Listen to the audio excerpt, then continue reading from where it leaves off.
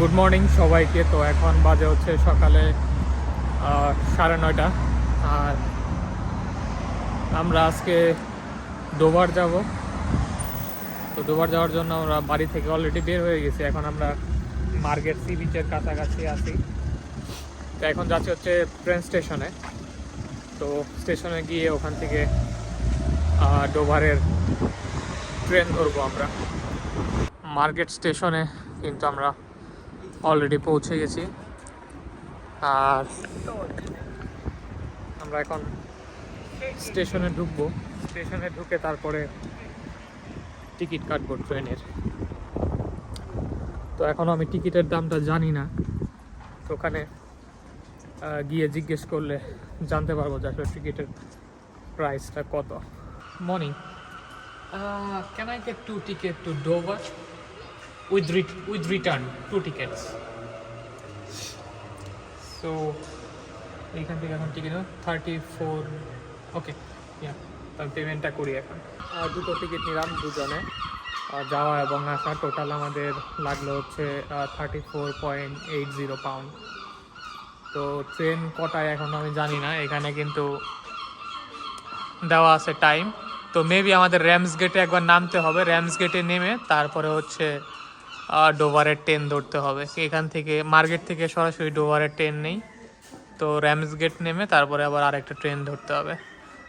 তো এখানে কিন্তু টাইম দেওয়া আছে যে র্যামস গেট 10টার দিকে আসবে, প্ল্যাটফর্ম নাম্বার 1 অন টাইমে দেখাচ্ছে। মানে এই প্ল্যাটফর্মেই কিন্তু ট্রেনটা আসবে আর কি। ট্রেন কিন্তু অলরেডি 1 নম্বর প্ল্যাটফর্মে ঢুকে যাচ্ছে।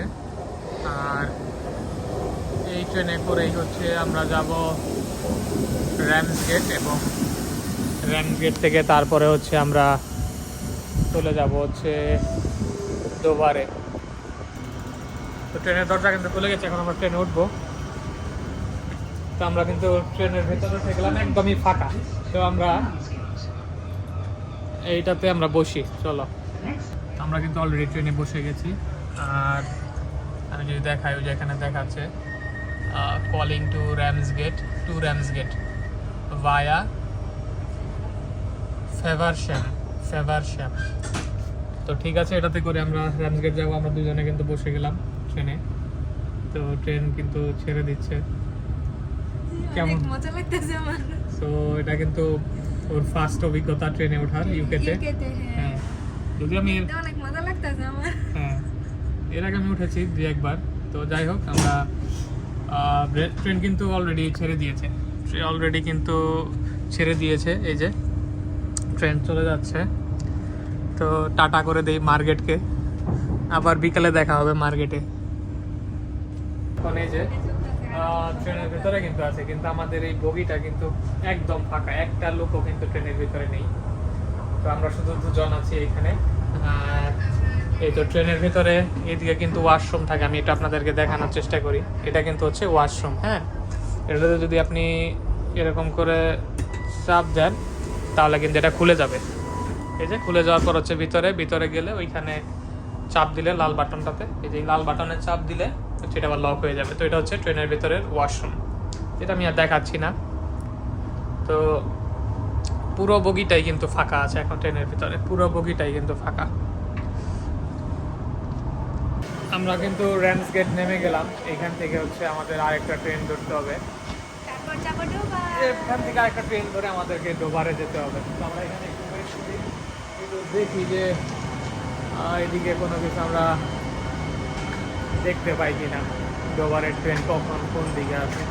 আমরা কিন্তু ডোভার স্টেশনে নামলাম এইমাত্র। আসতে র্যামস গেট থেকে সময় লাগলো 30 মিনিটের মতো আর কি। তো আমরা এখন বের হবো। আর স্টেশনের বাইরে খুবই অল্প গাড়ি পার্ক করা আছে, আর ভিড়ও কিন্তু ওইরকম না, ভিড় কম। তো আমাদেরকে এই রাস্তা ধরে সামনের দিকে যেতে হবে আর কি। তো এখান থেকেও প্রায় সি বিচে যেতে হলে সময় লাগবে হেঁটে 10 থেকে 15 মিনিটের মতো। তো আমরা হেঁটে হচ্ছে সি বিচের দিকে যাব। আমরা এখন ডোভার বিচে চলে আসলাম, এই তো হচ্ছে বিচটা, আর ওইদিকে হচ্ছে হোয়াইট ক্লিফস, আর ওই যে উপরে দেখা যায় ডোবার ক্যাসেল, আর ওই যে দূরে হোয়াইট ক্লিফস দেখা যায়। এখানে কত ছোট ছোট স্পিড বোট রাখা আছে, এগুলা মনে হয় ভাড়া নেওয়া যায় কিনা চাইলে। অনেক সময় দেখা যায় যে অনেকে ফিশিং করতে যায়, তখন হয়তো বা এইগুলা এখান থেকে ভাড়া নেয়। এখন আমরা এদিক থেকে চলে যাব হচ্ছে বিচের ওই পাশটায়, দেখাই আমরা এখন ওই পাশটায় যাব বিচের, হাঁটতে হাঁটতে, যদি অনেক এখানে হাঁটতে হয়, কিন্তু কিছু করার নাই, হেঁটে হেঁটেই এগুলো সব দেখতে হবে।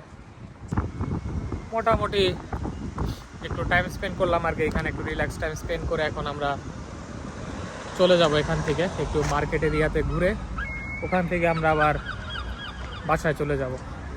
তো আজকের ভিডিওটা এখানেই শেষ করছি। সবাই ভালো থাকবেন, সুস্থ থাকবেন, অন্য একটা ভিডিওতে আপনাদের সাথে দেখা হবে।